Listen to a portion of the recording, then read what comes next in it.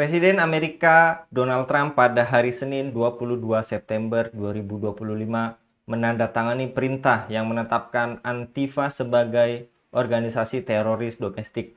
Langkah itu disebut sebagai bagian dari upaya menindak kelompok kiri radikal setelah pembunuhan aktivis konservatif Charlie Kirk.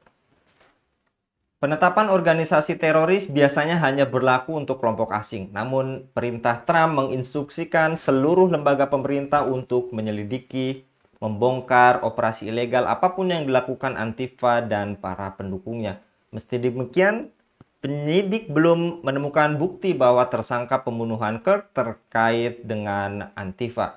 Motif penyerangan juga belum dapat dipastikan. Mengapa kelompok Antifa cepat dicap teroris sementara kelompok supremasi kulit putih dibiarkan? Apakah demokrasi Amerika kini hanya panggung balas dendam politik tanpa solusi? Dan bagaimana Amerika bisa menggurui dunia jika rumah tangganya sendiri rapuh? Untuk membahasnya kami terhubung dengan Bung Hasbi Aswar dari Geopolitical Institute. Kita sapa terlebih dahulu. Assalamualaikum warahmatullahi wabarakatuh, Bung Hasbi. Assalamualaikum warahmatullahi wabarakatuh, Bung Anggi. Dan lagi-lagi situasi Amerika yang begitu lantas cepat menetapkan kelompok Antifa ini sebagai kelompok teroris domestik. Meski tanpa bukti, Ya, sementara supremasi kulit putih yang kelompok sayap kiri bersenjata jelas menebar teror justru dilindungi. Menurut Anda, apakah ini menunjukkan standar ganda di negara Paman Sam tersebut, Bung? ya selama ini kan Amerika memang selalu standar ganda ya, Bung Anggi ya. Jadi bukan hal yang wow atau mengherankan ketika pemerintah Amerika Serikat itu bersikap seperti itu. Dan ini terkait khusus dengan apa ya, pelabelan Antifa, kelompok antifasis sebagai teroris. Ya, kenapa Trump begitu cepat ya membuat keputusan? Kalau menurut saya kan ini ya. Ini bagian dari cara menjaga image Trump atau menjaga legitimasi atau hubungan emosional Trump dengan kelompok-kelompok pendukungnya dari sayap kanan ya. Karena Trump ini kan dari Partai Republik dan Partai Republik itu kan banyak didukung oleh kelompok-kelompok sayap kanan, termasuk kelompok-kelompok pro Zionis atau pro Yahudi gitu.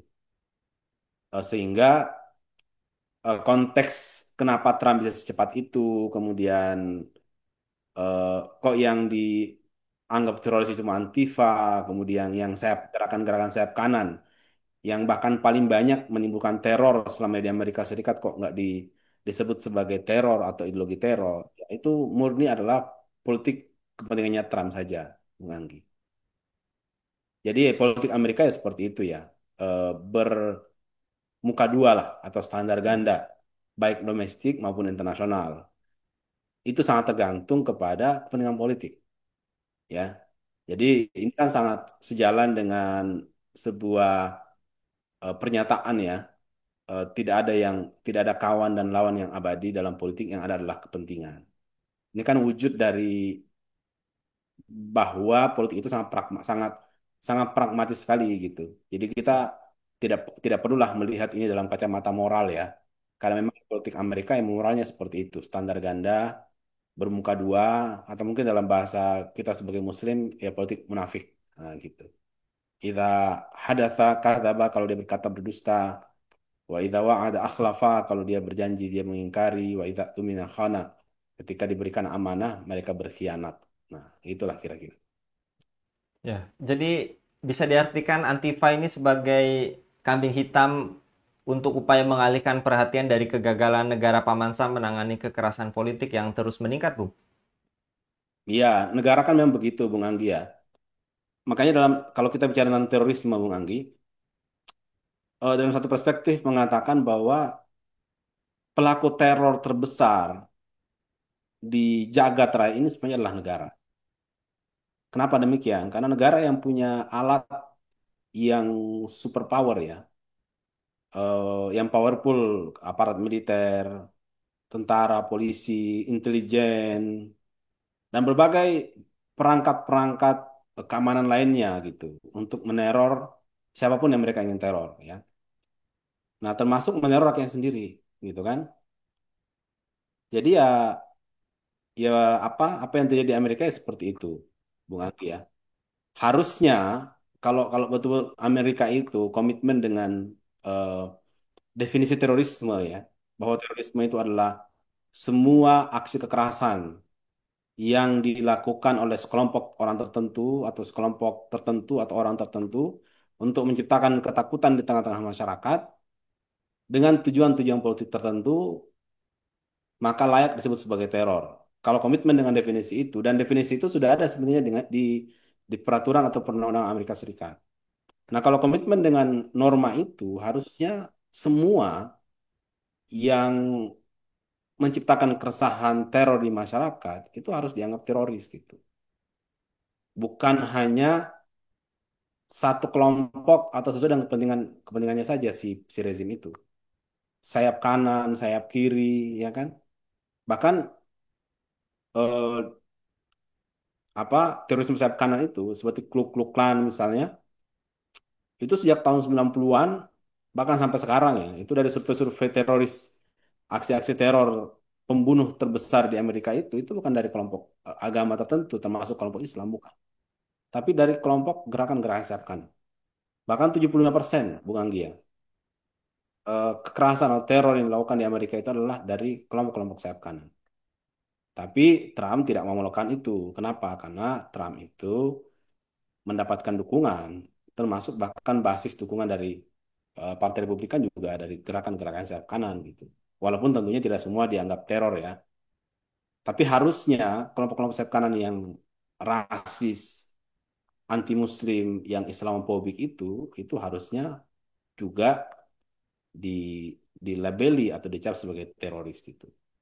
Tapi yang terjadi sebaliknya Bung Anggi ya, ini saya pernah melakukan studi tahun 2018 tentang terorisme di Amerika Serikat lah, ada hubungannya dengan itu. Atau kekerasan atau Islamophobia di Amerika Serikat. Dan ternyata kemenangan Trump tahun 2016 ya pada dalam pemilu presiden Amerika Serikat waktu itu ternyata meningkatkan teror terhadap Muslim jauh meningkat dibandingkan pasca 9/11, Bung Anggi. Kalau 9/11 cuma 90 kasus kekerasan terhadap Muslim. Itu setelah Trump menang, itu lebih dari 100 kasus, Bung Anggi. Serangan-serangan terhadap Muslim. Itu teror seharusnya. Teror sebenarnya kan. Serangan pada fisik, kepada tempat-tempat ibadah, dan macam-macam. Kenapa terjadi itu? Itu karena Trump sendiri sebagai seorang calon presiden dan presiden Amerika Serikat yang baru terpilih, itu banyak sekali membuat celotehan-celotehan atau tweet di Twitter waktu itu, kemudian pernyataan-pernyataannya yang sangat yang terkesan anti Muslim gitu. Dan itu memantik dorongan dari kelompok-kelompok sayap kanan radikal untuk bersikap berlebihan terhadap Muslim gitu. Karena presidennya itu memberikan ruang secara narasi ya, yang kesannya anti Muslim sehingga orang-orang yang selama ini benci terhadap Muslim akhirnya punya legitimasi untuk melakukan serangan-serangan fisik terhadap Muslim. Nah, kalau kita lihat dari kacamata ini, itu berarti Trump juga termasuk apa? Termasuk pencetus atau pelaku terorisme sebenarnya, pendorong terorisme. Kalau kita melihat dalam kacamata definisi terorisme yang sebenarnya gitu. Ancaman kekerasan atau upaya kekerasan untuk menciptakan ketakutan terhadap komunitas tertentu gitu. Nah, gitu kira-kira Bang Anggi. Ya. Dan menurut Anda jika memang perpecahan politik di Amerika yang tadi telah Anda paparkan juga kian mengarah pada kekerasan serta motif balas dendam, apakah bukti konkret demokrasi gagal menciptakan harmoni, apalagi Amerika sering mengklaim dirinya sebagai model demokrasi dunia, Bung? Ya, demokrasi Amerika Serikat itu kan salah satu wajah demokrasi Amerika Serikat sekarang, Bang Anggi, itu adalah demokrasi yang pro Zionisme dan penjajahan kan. Gitu. Kenapa demikian? Ya, saya punya satu buku menarik nih, Bang Anggi ya, yang saya kira buku lama. Judulnya itu Dahsyatnya Lobi Israel.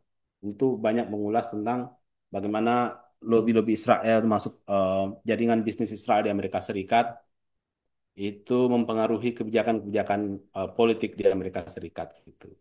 Melalui kampanye-kampanye ya kan, lobi-lobi mereka dan dana-dana yang mereka punya.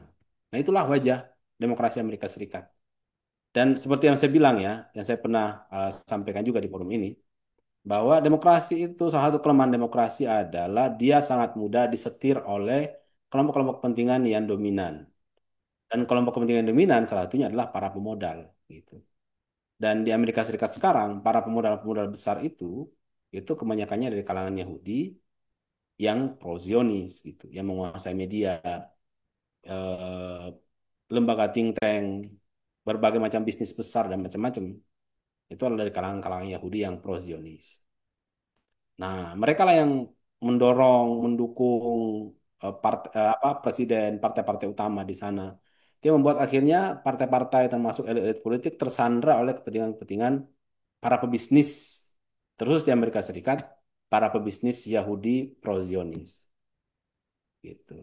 Nah, ini menjadi bukti bahwa ya demokrasi sendiri itu membunuh Amerika Serikat, Bung Anggi ya.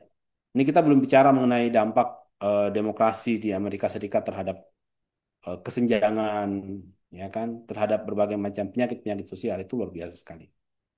Karena pada akhirnya demokrasi di Amerika Serikat itu hanya untuk para elit ya, banyak para elit, elit politik termasuk tentunya elit-elit pengusaha. Masyarakat, bagaimana posisi masyarakat? Ya masyarakat itu tidak eh, tidak apa ya, tidak punya posisi yang penting karena mereka tidak punya power. Dan power di Amerika Serikat itu ditentukan oleh seberapa besar dana yang kita punya, aset yang kita punya untuk mempengaruhi dinamika politik yang terjadi. Gitu, Bung Anggi, kira-kira. Wajah demokrasi Amerika Serikat. Ya. Katanya demokrasi terbesar di dunia, ternyata demokrasinya adalah demokrasi yang sangat pro-Zionis, sangat pro-kapitalis, dan sangat pro-oligarki. Apakah ini yang bisa kita contoh? Ya, saya kira harusnya dunia Islam ya, harusnya berhenti untuk menjadikan Amerika sebagai kiblat politik itu. Apalagi kita dunia Islam punya eh, kiblat-kiblat politik dalam sejarah-sejarah peradaban Islam yang luar biasa berkontribusi terhadap kebaikan umat manusia. Baik, jazakallah Bung Hasbi untuk pemaparannya pada kabar petang kali ini. Demikian pemirsa Elava News, dukung dengan subscribe, share, dan like. Semoga menjadi kebaikan bagi kita semua di dunia dan di akhirat. Saya Anggi Suara undur diri. Assalamualaikum warahmatullahi wabarakatuh.